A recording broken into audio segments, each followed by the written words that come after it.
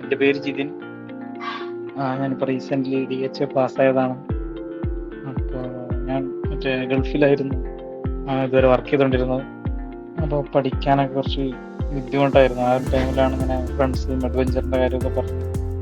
അങ്ങനെയാണ് മെഡ്വെഞ്ചറിൽ ജോയിൻ ചെയ്യുന്നത്.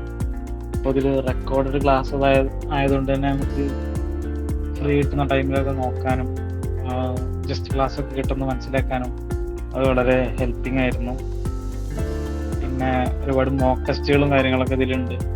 അപ്പോൾ അതും ശരിക്കും നന്നായിട്ട് ഹെൽപ്പ് ചെയ്തിട്ടുണ്ട്. ഇപ്പോൾ ഫ്രീ ടൈമിലാണെങ്കിലും ഒന്ന് പ്രാക്ടീസ് ചെയ്ത് നോക്കാനാണെങ്കിലും ഒക്കെ അത് വളരെ ഹെൽപ്പിംഗ് ആയിരുന്നു. പിന്നെ പറയാനുള്ളത് റീസെൻ്റ്ലി ആസ്ക്ഡ് ക്വസ്റ്റ്യൻസ്,